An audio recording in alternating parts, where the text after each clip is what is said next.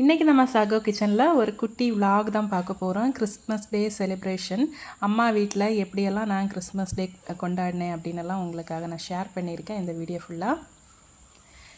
Video விலாகுக்குள்ளே போகிறதுக்கு முன்னாடி ஒரு அன்பான வேண்டுகோள் எல்லாருக்கும், இது வரைக்கும் என்னுடைய சகோ கிச்சன் யூடியூப் சேனலில் சப்ஸ்கிரைப் பண்ணாதவங்க சப்ஸ்கிரைப் பண்ணிக்கோங்க. அப்போ தான் நான் போடுற லேட்டஸ்ட் வீடியோஸ்லாம் உங்களுக்கு நோட்டிஃபிகேஷனில் வரும். சரி, வாங்க இந்த விலாகை பார்த்துக்கலாம். ஸோ மார்னிங் பார்த்திங்கன்னா நான் வந்து 5:30 தான் ரீச் ஆனேன். கிறிஸ்மஸ் அன்னைக்கு தான் நான் ரீச் ஆனதே. ஏன்னா ஒரு கொஞ்சம் பர்சனல் ரீசன்னால் 2 நாளுக்கு முன்னாடி வர முடியலை. 22ஆம் பசங்களுக்கு ஸ்கூல் லீவ் விட்டுட்டாங்க. ஆனால் நான் வந்து கிளம்புனது 24 நைட்டு தான் கிளம்புனேன். 25 மார்னிங் 5:30க்கு வந்துட்டேன். ஸோ எப்போவுமே இந்த பஸ் வந்து பார்த்திங்கன்னா 6:30 7 அந்த ரேஞ்சில் தான் வரும். ஆனால் அன்றைக்கி கிறிஸ்மஸுக்கு அன்றைக்கி 5:30க்கே வந்துச்சு. எனக்கு அது பெரிய ஒரு சந்தோஷமாக இருந்துச்சு. ஸோ அப்பா வந்து கூட்டிகிட்டு போயிட்டாங்க வீட்டுக்கு. அதுக்கப்புறமா மார்னிங் வந்து அப்பா வந்து மட்டன் வாங்கி வச்சுருந்தாங்க. மார்னிங் பிரேக்ஃபாஸ்ட்டுக்கு மட்டன் குழம்பும் அப்புறம் ஆப்பவும் வச்சுக்கலாம் அப்படின்னு சொல்லி மார்னிங்கே மட்டன் வாங்கிட்டு வந்துட்டாங்க. ஸோ அதனோட ப்ரிப்ரேஷன் தான் அம்மா பண்ணிகிட்டு இருந்தாங்க. ஸோ அம்மாவுக்கு கொஞ்சம் ஹெல்ப் பண்ணி கொடுத்துட்டு இருந்தேன். அம்மியில் கொஞ்சம் மசாலாஸ் எல்லாம் அரைக்க வேண்டி இருந்துச்சு. ஸோ அதெல்லாமே நான் அரைச்சிருந்தேன். அதெல்லாம் தான் ஃபஸ்ட்டு வீடியோ கிளிப்பில் வந்திருக்கும். ஸோ மார்னிங்கே நல்லா சுறுசுறுப்பாக வேலை ஆரம்பிச்சிருச்சு. கொஞ்சம் உருளைக்கிழங்கெல்லாம் போட்டு ஒரு கிரேவி மாதிரி அம்மா பண்ணாங்க. அவ்வளோ டேஸ்ட்டாக இருந்துச்சு. அதுவும் அந்த மண் சட்டியில் அந்த விறகடுப்பில் பண்ணுற சுவையே தனி தான் இல்லையா? ஸோ அதனால் அதை எல்லாமே ப்ரிப்பேர் பண்ணிகிட்டு இருந்தோம். இந்த வீடியோவில் பார்த்தீங்கன்னா அன்றைக்கி என்னெல்லாம் செஞ்சேன் அப்படின்னு தான் உங்களுக்கு நான் சொல்கிறேன். அதில் வந்து கொஞ்சம் வீடியோ கிளிப்ஸ் கூட நான் ஆட் பண்ணியிருக்கேன். ஸோ மார்னிங் வந்து பாலப்பவும் செய்ய ஆரம்பிச்சிட்டாங்க. நான் ஆப்பச்சட்டி இது சூப்பராக இருக்கேம்மா அப்படின்னு சொன்னேன். சொன்னதுக்கே சொன்னாங்க, சரி எடுத்துகிட்டு போறியா அப்படின்னு. சரி பார்க்குறேன், முடிஞ்சால் எடுத்துகிட்டு போகிறேன். லக்கேஜ் நிறைய இருந்துச்சுன்னா முடியாது, நீங்கள் வரமும் கொண்டு வாங்க அப்படின்னு சொல்லி வச்சுருக்கேன். ஏற்கனவே நிறைய திங்ஸ் எல்லாம் இருக்கும் நான் அம்மா வீட்டிலேருந்து ஊருக்கு கொண்டு போகிறதுக்கு. என்னெல்லாம் அங்கே கொஞ்சம் ஹை ரேட்டில் இருக்கோ அதெல்லாம் இங்கேருந்து எடுத்துகிட்டு போயிடுவேன்.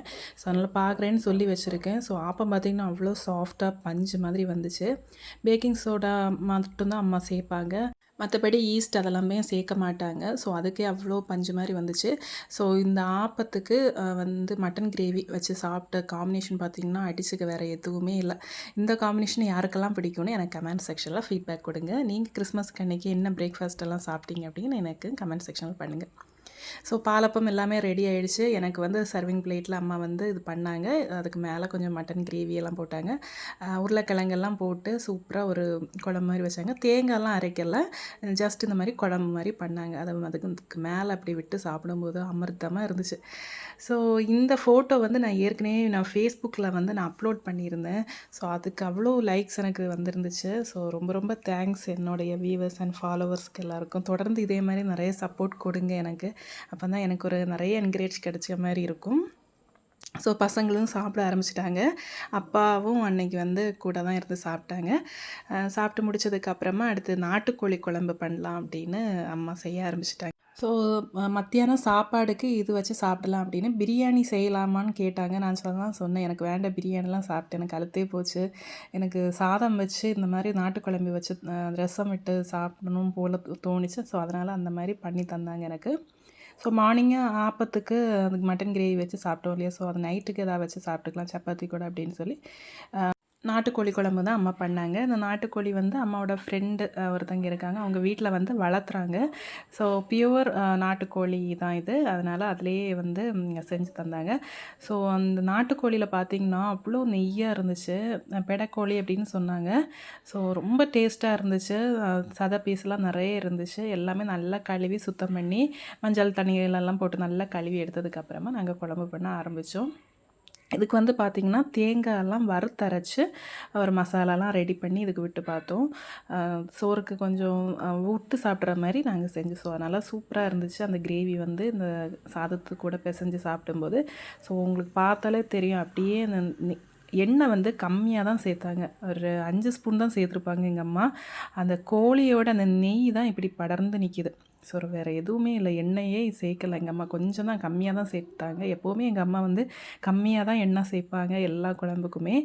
ஸோ அதுக்கே பார்த்திங்கன்னா அவ்வளோ நெய்யாக மத்தியானம் எல்லாம் சாப்பிட்டு முடித்து 1 ஹவர் நல்லா ரெஸ்ட் எடுத்ததுக்கு அப்புறமா எங்கள் அப்பா வந்து எப்போவுமே கிறிஸ்மஸ்க்கு அன்னைக்கு மத்தியானமே கடையெல்லாம் பூட்டிட்டு வந்துடுவாங்க. கிறிஸ்மஸ், ஓணம் அந்த நாளுக்கெல்லாம் மத்தியானமே எல்லாம் ஹாஃப் டே தான் அன்னைக்கு. ஸோ எல்லாம் முடிச்சுட்டு வீட்டுக்கு வார நேரம் இந்த மாதிரி ப்ளம் கேக் வாங்கிட்டு வருவாங்க கிறிஸ்மஸ்க்கு அன்னைக்கு. ஸோ அன்னைக்கு பார்த்திங்கன்னா என்னுடைய அக்கா பையன் வந்திருந்தான் ஊர்லேருந்து. துபாயில் அவன் இருந்தான். ஸோ இந்த லீவுக்கு ஒரு 2-3 மந்த்ஸ் லீவுக்கு வேண்டி வந்திருந்தான். ஸோ அதனால் அவன் நாகர்கோவிலில் தான் இருக்கான். என்னை பார்க்கறதுக்கு வேண்டி வந்திருந்தான். ஸோ அன்னைக்கு ஏன்னா நான் அவனை பார்த்து 4 இயர்ஸ் ஆகிடுச்சு. ஸோ அதுக்காகவே வந்திருந்தான் அப்படின்னு எனக்கு ரொம்ப சந்தோஷமாக இருந்துச்சு. அவன் துபாயில் போய் 4 இயர்ஸ் ஆகிடுச்சு. இதில் ஒரு வாட்டி வந்திருந்தான் கொரோனா டைமில். அப்போ எனக்கு அவனை பார்க்க முடியலை. ஸோ இந்த வாட்டி வந்திருந்தப்போ பார்க்க முடிஞ்சது. அதனால் ரொம்ப ஹாப்பி எனக்கு. அதனால் அன்னைக்கு அவன் முன்னாடி வச்சு தான் கேக்கெல்லாம் வெட்டி செலிப்ரேட் பண்ணோம். ப்ளம் கேக் பார்த்திங்கன்னா கேரமலைஸ் பண்ணாமல் வேனிலா போட்டு ஒரு ப்ளம் கேக் மாதிரி இருந்துச்சு. அந்த ஃப்ளேவர் எனக்கு ரொம்ப நல்லா பிடிச்சிருந்துச்சு. சூப்பராக இருந்துச்சு. ஸோ அடுத்தது எப்போவுமே எல்லா வருஷமுமே நாங்கள் ஒரு இடத்துக்கு கிளம்புவோம். ஒரு 7 பார்த்திங்கன்னா நைட்டு சர்ச்சில் லைட்டு பார்க்க போயிடுவோம். ஸோ கன்னியாகுமரி மாவட்டத்தில் இருக்கிறவங்க எல்லாருக்குமே தெரியும். இந்த லைட் அரேஞ்ச்மெண்ட் பார்க்குறதுக்கு வேண்டி ஒரு கூட்டம் போவாங்க பாருங்கள். அவ்வளோ சூப்பராக இருக்கும். ஒரு ரிலாக்ஸேஷனுக்காக போகிறது மாதிரியே இருக்கும். பீச்சுக்கெல்லாம் போகிற மாதிரி தான் நாங்கள் சர்ச்சுக்கு லைட்டு பார்க்க போகிறது. ஸோ அங்கே உட்காந்து சாப்பிட்றதுக்கு வைக்கிறதுக்கெல்லாம் போகும்போதே ஸ்நாக்ஸ் எல்லாம் வாங்கிட்டு போயிடுவோம். அங்கே உட்காந்து கொஞ்சம் நேரம் சாப்பிட்டுட்டு பேசிட்டு ஜாலியாக கிளம்பி வருவோம். ஸோ நடந்து தான் போகிற தூரத்தில் தான் இருக்கும். எப்போவுமே நாங்கள் பைக்கில் காரில் இதெல்லாமே போக மாட்டோம். நடந்து தான் போவோம். ஏன்னா நடக்கிறதுக்கு தான் இங்கே முடியும். வண்டி எல்லாமே அவ்வளோ ரஷ்ஷாக இருக்கும். ஸோ போகிறதுக்கு ரொம்ப கஷ்டமாக இருக்கும். அதனால் நாங்கள் நடந்து தான் போயிடுவோம். அதாவது நடக்கிறதுக்கே அவ்வளோ கஷ்டமாக இருந்துச்சு எங்களுக்கு. அவ்வளோ டிராஃபிக்லையும் நாங்கள் நடந்து போய் எப்படியோ உள்ளே ஏறிட்டோம். உள்ளே ஏறி கொஞ்சம் ஃபோட்டோஸ்லாம் எடுத்தோம். இந்த வாட்டி பார்த்திங்கன்னா ஃபோட்டோஸ் எடுக்கிறதுக்கெல்லாம் நிறைய லைட் அரேஞ்ச்மெண்ட்ஸ் எல்லாம் கொடுத்துருந்தாங்க. எப்போவுமே நாங்கள் இருட்டில் நின்று தான் ஃபோட்டோஸ்லாம் எடுப்போம்.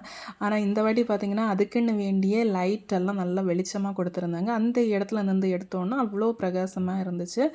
ஸோ அதுவுமே எனக்கு ரொம்பவே பிடிச்சிருந்துச்சு. நிறைய கிட்ஸு பேரண்ட்ஸ் எல்லாம் நல்லா என்ஜாய்மெண்ட் பண்ணாங்க. ஸோ இந்த சர்ச்சு பார்த்திங்கன்னா பிரிட்டிஷ் காலத்திலே கட்டினது. சிஎஸ்ஐ மார்த்தாண்டம் சர்ச்சுன்னு சொன்னால நிறைய பேருக்கு தெரியும். ஸோ அதெல்லாம் பார்த்துட்டு அவ்வளோ நல்லா இருந்துச்சு. லைட் அரேஞ்ச்மெண்ட்ஸ் எல்லாம் அதெல்லாம் பார்த்துட்டு கொஞ்ச நேரம் அங்கே ரவுண்டாக உட்காந்துருப்போம். உட்காந்துருந்துட்டு ஏதாவது கொண்டு போன ஸ்நாக்ஸ் எல்லாம் கொண்டு வச்சு நல்லா சாப்பிட்டுட்டு கொஞ்ச நேரம் பேசிட்டு வீட்டுக்கு கிளம்புற நேரம் பார்த்திங்கன்னா அன்றைக்கி பரோட்டா சாப்பிடணும்னு தோணுச்சு. ஸோ எனக்கு பார்த்திங்கன்னா ஊரில் உள்ள பரோட்டா சாப்பிடணுன்னு ரொம்ப பிடிக்கும். ஸோ அதனால் மட்டன் கிரேவி, நாட்டுக்கோழி குழம்பெல்லாம் இருந்துச்சு இல்லையா. ஸோ அதெல்லாம் நல்லா சுட வச்சுட்டு அதுவும் அந்த பரோட்டா வச்சு சாப்பிட்டோம். சொல்லவே முடியலை. எனக்கு வாயில் இப்போவுமே எச்சி ஊறுது. அந்தளவுக்கு டேஸ்ட்டாக இருந்துச்சு. ஸோ அதெல்லாம் சாப்பிட்டு முடிச்சுட்டு அன்னைக்குள்ள டே சூப்பராக முடிச்சுது. இதில் சின்ன வருத்தம், என்னுடைய பிரதர் ஃபேமிலி வரல. ஸோ அது மட்டும்தான் நான் மிஸ் பண்ணது. கொஞ்சம் பர்சனல் ரீசனால் அவங்களால வர முடியலை. லாஸ்ட் டைமில் தான் கேன்சல் ஆச்சு. இதோட இந்த vlog நான் முடிச்சுக்கிறேன். இன்னொரு வீடியோவில் உங்களை சந்திக்கிறேன். அதுவரை take care, bye bye. Thanks for வாட்சிங். எல்லாருக்கும் ஹாப்பி நியூ இயர்.